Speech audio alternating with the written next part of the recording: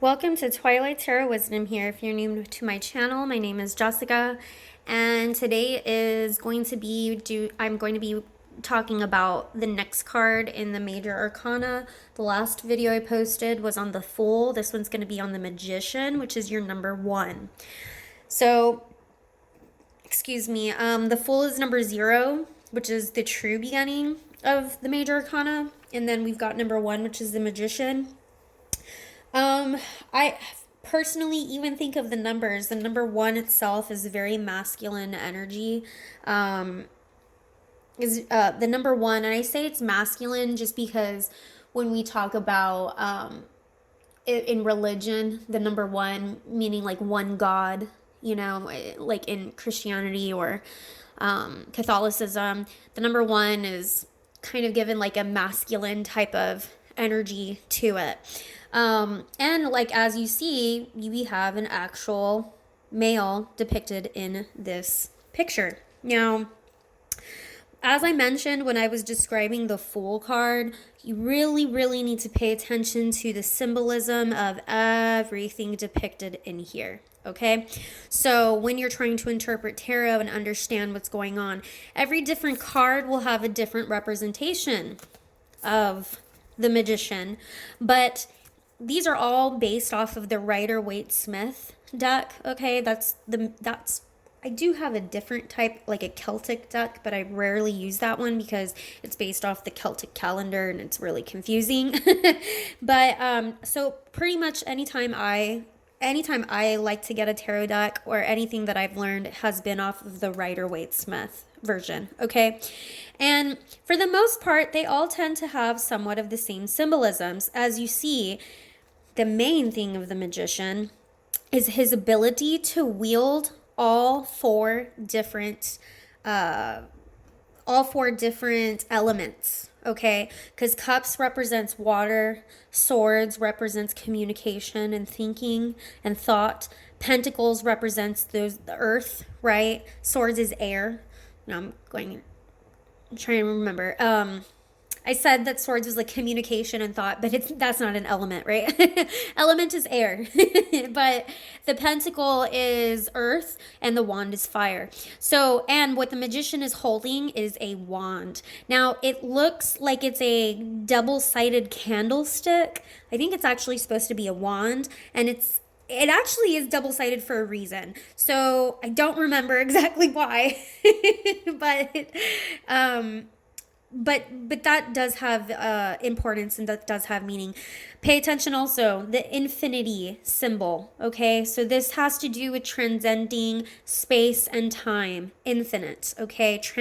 Being able to transcend space and time because he really knows how to weave magic, the Magician, magic, right?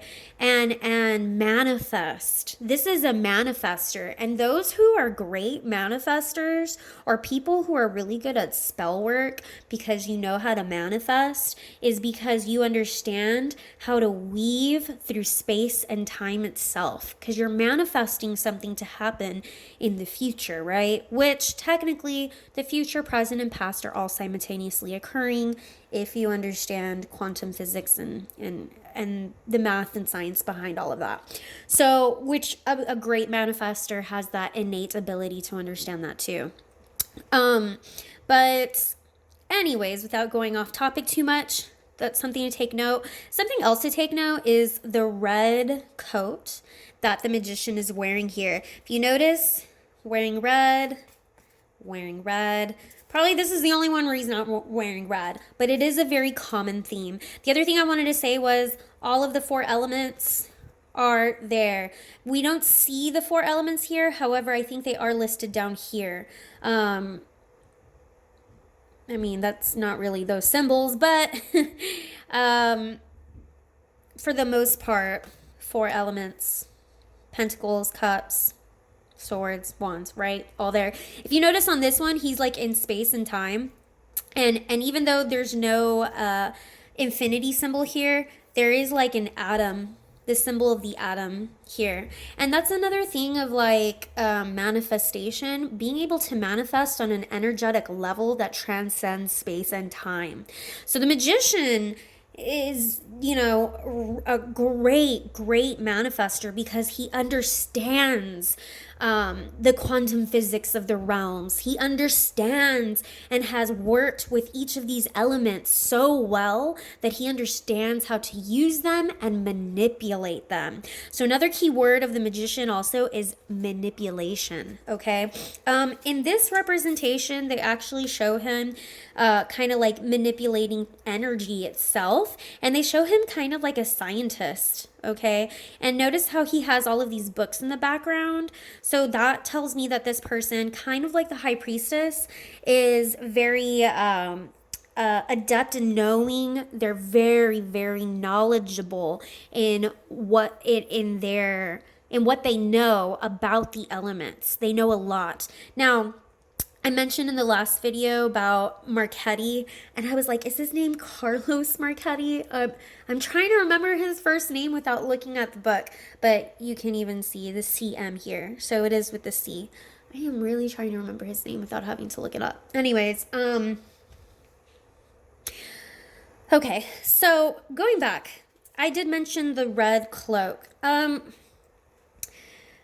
know, especially when we get to the Hierophant, I know the red cloak can mean martyrdom. And I say that because when I get to the Hierophant, I'll talk about that. So I don't necessarily think it means that here. However, what I will say is red does sometimes indicate sacrificing, martyrdom, but red can also indicate power and having the power to wield. I only say that because, like in the Hierophant, that red cloak that it looks like a pope is wearing, it's kind of referencing the cardinal in Catholicism and how the cardinals all wear red as well. Okay, so this can indicate power, showing power and true power. Okay. And of course here we've got all this foliage of all these plants and everything around here, and I guess filigree of stuff and roses, and it's kind of like his way. The magician is able to manipulate and breathe and grow things, and that's part of manifesting, because when you're a great manifester, you can grow something out of nowhere. Okay, like you can, because you manifest it out of nowhere, right? So he's in control because he's the one holding this wand. I also want you to pay attention to the fact that he has one arm up and one arm down. So this also goes in hand with the as above, so below. Okay, so that's pretty much every interpretation I get from the magician just off of this specific card. But like I said, when you're reading tarot, if you're trying to figure out, well, how do I interpret a different card that is maybe not exactly like the Rider-Waite-Smith version? For instance, like this one, okay? This one's not exactly like it, but there are some things to it. I also want you to take note that this little ball here represents Mercury. And Mercury is representative of the magician. So going through your astrology and what you know about astrology, Mercury rules over, I believe, two astrological signs. That's Virgo and I want to say also Gemini. Now, I always associate Mercury more with Virgos, and this is more going into astrology because it has to do with communication, and Virgo's chakra is also the throat chakra because it has to do with speaking and communication. So the magician can sometimes show up as a communication card as well. Someone that's able to communicate, or if you're asking, is there going to be communication between you and another person? Excuse me. Mercury, what does Mercury do? It moves around the sun. It's the closest to the sun, and it moves around it the fastest. Okay, so I think in Greek mythology, Mercury was ruled by Hermes, and Hermes was a messenger to the gods, right? Is this Greek? Yeah. I'm like, Greek or Roman? And Hermes was a messenger to a god, to the gods. So the magician is also representative of communication, similar to Hermes. So think of your Virgos or your Geminis who tend to communicate and talk a lot. No offense to my Virgos and Geminis out there, but they tend to do that. Okay. If I were to look at this card, see what other interpretations I can get from here.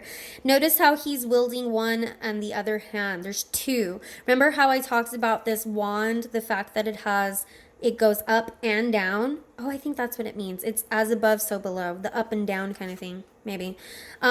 He's wielding it with both hands here too. And on this interpretation, they still have the roses. They still have the plants and the flowers. We see there's also a cat here, but this is from the Everyday Witch deck. So I think they have a cat in every single one of their cards. This light right here, that would definitely tell me something. And it could be that he's wielding something coming up. This could be kind of like symbolic of that infinity symbol here. I kind of see it kind of like, that's how I feel. Also, but this light is kind of coming from the heart chakra. So this may have something to do with intentions. See, when you manifest something, you have to manifest it with intention. A good manifester manifests it with intention, because without intention, it more than likely will not occur. It more than likely won't happen. I'm trying to think if there's any other things, any other interpretations. And guys, feel free if I miss any interpretations, or if I, don't say something and that you do know of, feel free to enlighten me, because there is so much to learn in tarot. I am constantly feeling like I am learning more. It's just crazy how much there is to learn. So one last thing I do want to mention, though, is remember, when you are giving a tarot reading, it's not just the one tarot card. It's a story, right? It's how all of the tarot cards interact with each other. So keep that in mind. It is never just going to be set list of, oh, this is the magician. That means he's a manifester. Oh, this is a magician. That means, oh, he's going to manipulate. Like it's never a set thing. Being a tarot reader means you are intuitive and you are using your psychic abilities that you have trained and practiced on, and tuning in to whoever you're reading for their specific situation. Okay, always keep that in mind. So if you have any other questions, feel free to comment. If you have any other comments you want to make, maybe something I left out, please feel free to comment. I would really appreciate to hear anything that maybe I missed out on. And I'm going to go ahead and leave it there. All right, thanks guys. Bye.